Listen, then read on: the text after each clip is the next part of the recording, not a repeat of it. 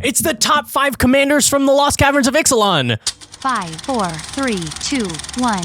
Welcome back to Commander Countdown. This is the series where we poll the community on various commander topics and share those answers with you.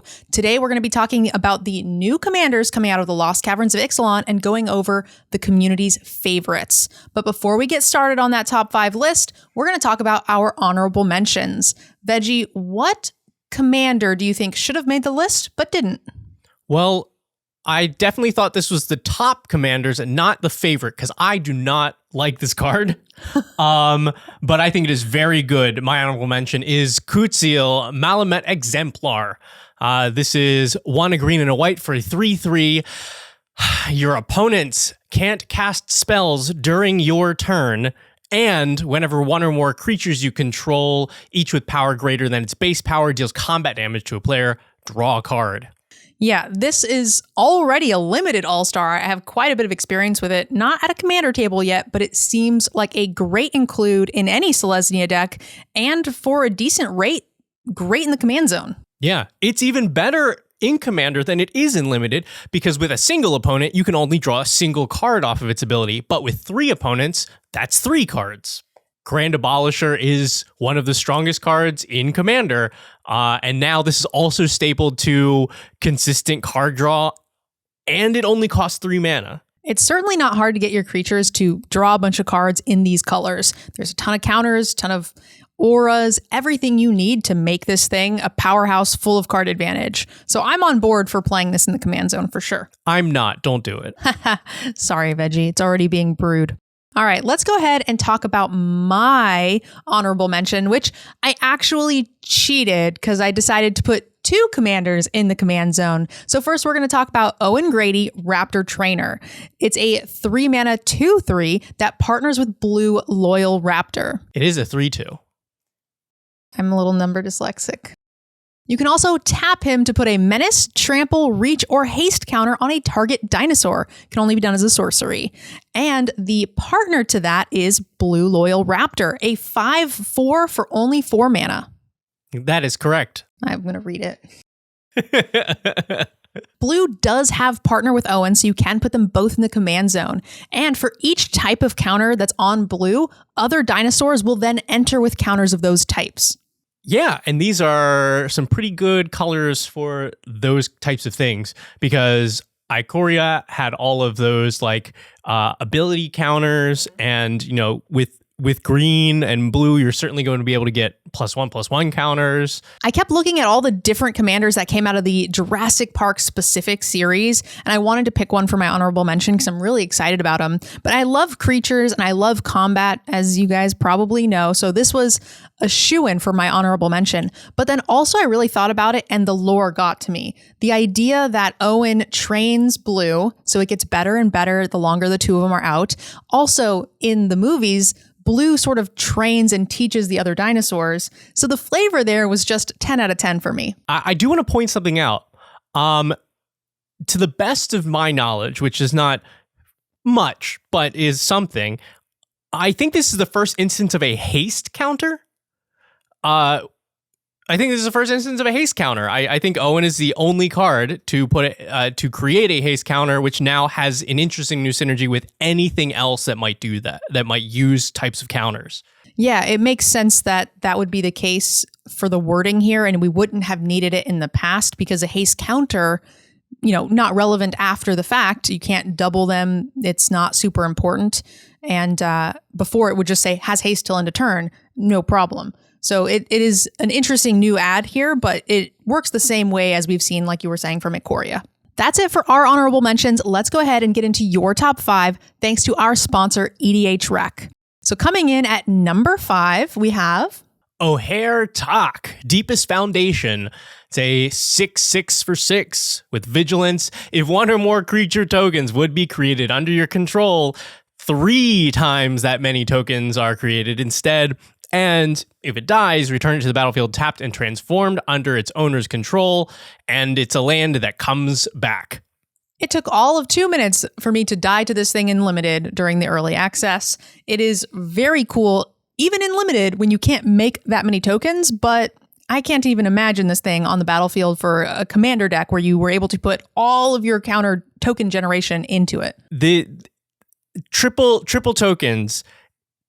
What was I thinking? I had a thing in my brain. This is still a 6 mana commander. And the ability doesn't do anything for you right away. So you are going to have to set up to be able to take advantage of this. But there are a ton of different things that can just simply like tap for creature tokens or trigger off of your opponent's things to create creature tokens. So it's a very powerful ability, but you will have to be prepared. Personally, I'm a little bit more interested in this card, not in the command zone as a big token player. I look at this more like a Mondrak where I want to be playing it in all of my token decks, but not necessarily there, just because you're right. It is very expensive and it doesn't have like the Mondrak sort of indestructible ability or any of those things. But I do think it's a really cool include. Yeah. And the backside of it, the Temple of Temple of Civilization, is very easy to reflip back into EDHRec. You only have to attack with 3 creatures, which like you are certainly going to have in this type of deck. It is only doubling tripling your creature tokens, so you won't get clues and treasures like you do with Mondrak, which is a little bit more specific, but I still think that flipping it will be no problem. The last thing I'll note that actually puts this a little bit of a leg up to Mondrak is that this has a 6 powered booty, and it doesn't die to languish like Mondrak does. The indestructible is sort of mitigated there, and this will actually survive.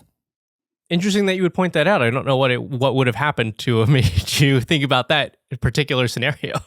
Someone languished my Mondrak, and I was sad. All right, that's enough rambling. Let's go ahead and move on to your number 4. It's the Myco Tyrant. It's 1, a black and a green. It has trample. Its power and toughness are equal to the number of creatures you control that are fungi and or sapperlings. And at the beginning of your end step, create X 1/1 black fungus creature tokens with. This creature can't block, where X is the number of times you descended this turn. Seems like he likes to party. Yeah, good old Myco Tyrant. I won't miss a Myco party. Because he's a very fun guy. Oh, that's where you were headed. Yep. Just. I love sapperlings. They're so fun. And this is, I think, one of the better commanders to lead a sapperling deck because it's relatively low cost. That ability seems very powerful because it's the number of times you descended, not just whether or not you have descended, like pretty much every other card in the set. Yeah, we got a lot of support recently for sapperlings and fungus. We have little lords now. Slimefoot, is that his name? Mm-hmm. He's a cutie. This is a fun commander. I like sort of these very creature matters decks, especially when they are off the beaten path and you're playing something real funky. Yeah. I think this gets very big, very fast. And then even if you deal with it, you have the army of 1/1s that you also have to deal with. Army of fun guys.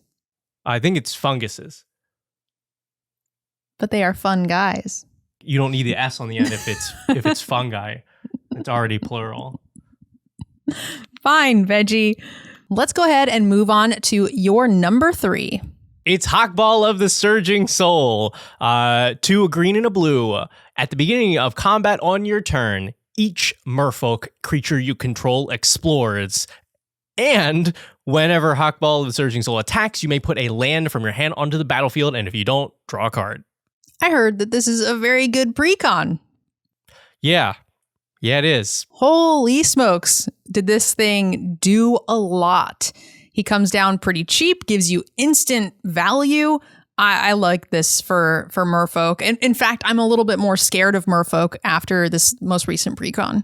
Yeah, this is just so many things that it does. First of all, like a single explorer is a pretty solid ability, but if you're doing it to the entire team at no cost, because it's not even, for each attacking merfolk, it's just at combat, all of them do it. So you're getting a bunch of free draws or boosts. And on top of that, if you can just swing and draw, somebody's going to be open. So you have just so much card advantage here in one card. And the last time we saw a sort of like I don't want to say Lord because it doesn't give that kind of bonus. But the last time we saw one of these like main character merfolk, they required you to tap 3 and 5 creatures. So sometimes you would play it and not be able to activate it. Whereas this is going to activate at the very least on itself, if not on an entire army immediately. Oh, look at this very unique Simic commander that puts +1/+1 counters on your creatures and draws you cards and puts lands in play. All right, so let's go ahead and move on to number 2. Amalia Benavides Aguirre is a 2/2 for a white and a black. With ward, pay 3 life. Whenever you gain life, Amalia explores, then destroy all other creatures if its power is exactly 20. I did get a lot of comments when that was spoiled that it looked like me. So, yes, Orzhov Commander. Huzzah. I can understand favorite.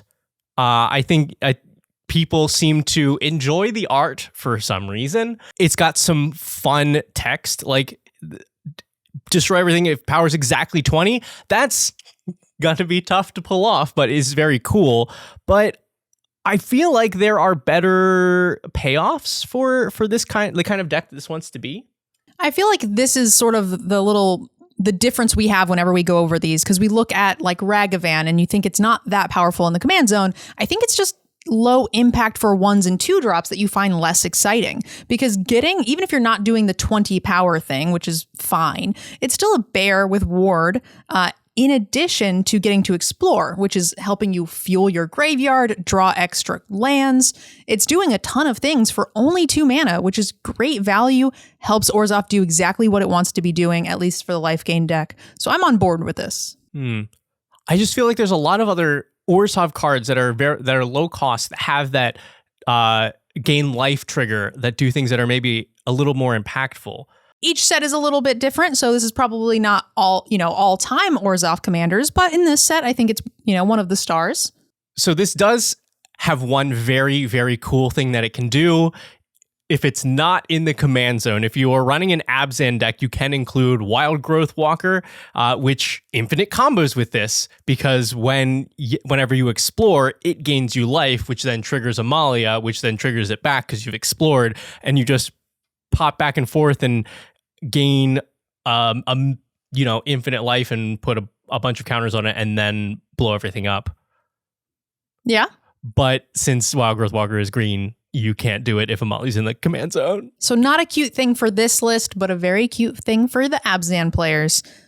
All right, that takes us to our number 1 spot, voted on by you. The number 1 new commander from the Lost Caverns of Ixalan is Pantlaza Sunfavored. All right, you dino nerds. It's 2, a red, a green, and a white for a 4/4. When it or another dinosaur enters the battlefield under your control, you may discover X, where X is that creature's toughness, but you can only do it once each turn.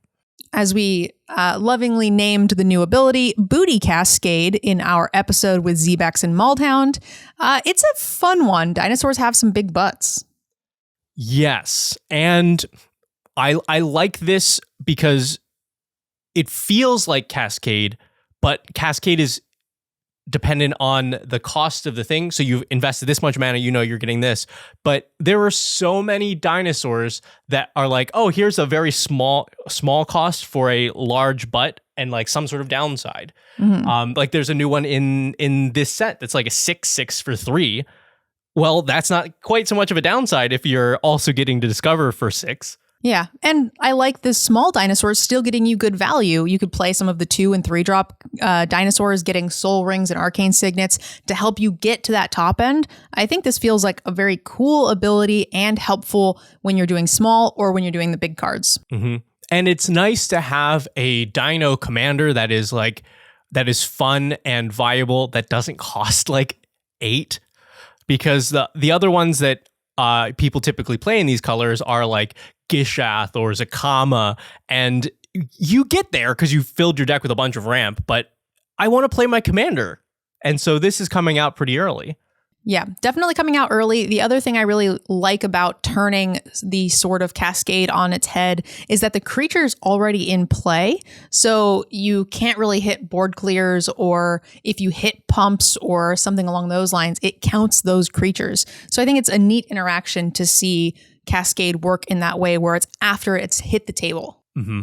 And I do understand why it needed to do this only once each turn, but I am interested in like let me find some things to give my creatures flash so that I can do it once on each person's turn. That's how I think I would build this. If you guys are interested in this commander as well as Hackball, you guys can check out our early access video where we posted us playing with Zbax and Maultown. It was a ton of fun, so make sure you guys check that one out. That wraps up our top 5 commanders from the Lost Caverns of Ixalan, but thanks to our sponsor, EDHRec, we're going to go over a patron deck tech that matches the theme of today's episode. Today's deck list was submitted by our patron Magic Cave 05, and it is in fact one of the commanders that ended up on the top 5 list. It's the Myco Tyrant. As a reminder, this is a 3-mana commander with trample, power, and toughness equal to the number of saplings and fungi, and at the end of your turn, you make a 1/1 fungus for every time that you descended. Woohoo! Sapperling creature deck, let's go! All right, let's see what we got. I love sapperlings. Well, do you love crunching them? Because the first one on the list is a sack outlet. No Ashnod's Altar though, so not feeling any like infinite combos here. Mm-hmm. Although it's cute, I guess, if you're targeting yourself, because that's also fueling more. But the tokens themselves aren't very big. Lots more self-mill with Mesmeric Orb, Codex Shredder, Perpetual Timepiece. Not a lot of rocks or anything. But. Wait a minute. These are not sapperlings or fungus. There's an angel, a turtle, a druid. What is this? An elemental? They all synergize with the second part. They all mill you. So this is a mill deck, not a sapperling deck? Yeah, I don't know. I kind of like it because it's a different way to approach this, I think, than most would. I was catfished. I was fungus fished. Yeah. Also, I don't know. I like some of the already existing Sapperling commanders for this. I didn't feel like this was particularly better for Sapperlings, and you get to run a bunch of this fun stuff. You're milling yourself. Angel of Suffering would being on the board is just very powerful for that ability. I like seeing some of these self-mill commons and uncommons that you would see in Limited. And we have like Dreadhound, some really fun things for Descend from the new set. Mm-hmm. Yeah, you have Draft Chaff, and then you have Kozilek, Butcher of Truth, which I'd assume is in there so that you don't mill yourself out. And since most of these cards don't care about how many cards are in the graveyard, that works. Sir Conrad, good self-mill engine there. Oh, yeah. And, sometimes you got to finish a game out, and that will certainly do it in self-mill since that triggers it on each creature. We have some more top end with Vorinclex. Creatures look solid, although they are not fungi. That's a lot of enchantments, more than we normally see, but it makes sense in a semi-token deck, right? Doubling Season, Parallel Lives. You get a little extra self-mill with the Crawling Infestation and Sensation. And I like the Out of the Tombs here. That doesn't have a home in a lot of decks, but it's a very powerful ability that kind of got overlooked in 40K, I think. Yeah, a little light on interaction, it looks like. Maybe there's some sorceries, some board clears or something. I will say I do like the new, Join the Dead. I like having the new cards in this. Good flavor. Lands, we're gonna... How many lands are in this deck, Veggie? There's 32 lands in this deck. Magic Cave. Your name has cave in it. You should put some of those in the deck. 32 is not enough. Well, let's say 33 because this deck was submitted at 99 cards. So we got an extra spot. So do you feel better? All right, so this deck was submitted. With 107 cards in it. With 40 lands. I guess we will cut one land and bring it down to 106 cards total. That's fine. Breach the Multiverse, seeing that on the top end of everything running black. Mm-hmm. But I like it because it synergizes with the deck as well because of all that mill. You thought there might be some like board wipes or other interaction here. It doesn't look like it. Let's go ahead and take a look at EDHRec and see what types of things we might be missing. It didn't look like there was any infinite combos here. There might be some cute stuff we can add. And we'll just see if other builds are taking this approach or if it's more built on the creature type. Okay. New cards. I mean, it's going to be a pile of Ixalan, of course. Yeah. The Skullspore Nexus is very good flavor, like lore wise, but I think mechanically, I don't know why any of you are putting that in this deck. It doesn't go. Slimefoot. Why was Slimefoot not in the deck? That is just blasphemy. I mean, I'll give them some credit for this because the Myco Tyrant doesn't actually make saplings; it just makes fungus tokens, so it doesn't synergize with Slimefoot. Yeah, it does, because Slimefoot makes the things that pump up the Myco Tyrant. Yeah, it has the one way, but I could see not putting it in there if you're going for the mechanics. No, Slimefoot. Okay. Yes. Got it How now? could you? Exactly. I'm glad you understand. Mm-hmm. If you're going to have the Mycoloth in there, that's an excellent choice because you have all of these tokens, you're sacking them, and then on your upkeep getting twice as many back, and they're saprolings. See? Yeah, the Tender Shoot Dryad is just a good card. Yeah. The creatures seemed pretty good for what the deck was trying to do. I thought it didn't have enough of the saprolings or fungus, but it looks like the typical build for this has a little bit more of the creature type synergy going on, but I don't think that's relevant here because that was not the build we were trying to do. Cool. I mean, I will always advocate for a Skull Clamp, and I think that would be excellent here. That's an easy add for relatively cheap. And I will always be annoyed by Veggie Skull Clamps. Because it means you're drawing cards, but you're taking your own things off the board, so therefore not doing anything. It's perfect. Speaking of the Skull Clamp and, my darkest, deepest fears, we didn't see Grist, which we didn't see any Planeswalkers, but Grist seems like a perfect add here. Let's see if the people are doing it. They certainly are. Only 16% of people, and I feel like the other, 84% of you are wrong, because this seems like a fantastic include. Mm-hmm. Especially since all you have to do is get it to 5, and then it wins you the game, because you're very likely to have enough cards in your graveyard to just kill the other players with that. I did want to check. Yeah, so there were already a bunch of good enchantments here, but I think Growing Rites of Itlimoc, especially with the recent reprint, that's just a win all around. You're always going to be able to flip it right away because you'll have 4 creatures. And Cemetery Tampering, I think, is a very fun card that practically has no home anywhere except this deck, because you are going to be milling yourself so much. And I will say for the Growing Rights, I think it's better in this deck than it would be in most versions of this deck, because the saprolings and fungus, they aren't super expensive, so you don't need that cradle ability. But here we saw a lot of top end, actually. Mm-hmm. There were some pretty hefty sized creatures, the Ulamogs, the Vorinclex, Beseech. Mm-hmm. So yeah, we've got some good uses for the mana. All right, I think we went over just about all of the pieces that we were missing from the main deck list Veggie on the Veggie scale when it comes to flavor, power, synergy. What do you rate this? Well, it gets some higher marks for me because it leaned into the mechanic of the card, which I don't think is the most obvious way to approach the deck build. Clearly, everybody on EDHRec is going more the saproling route, and I really like to see that creativity.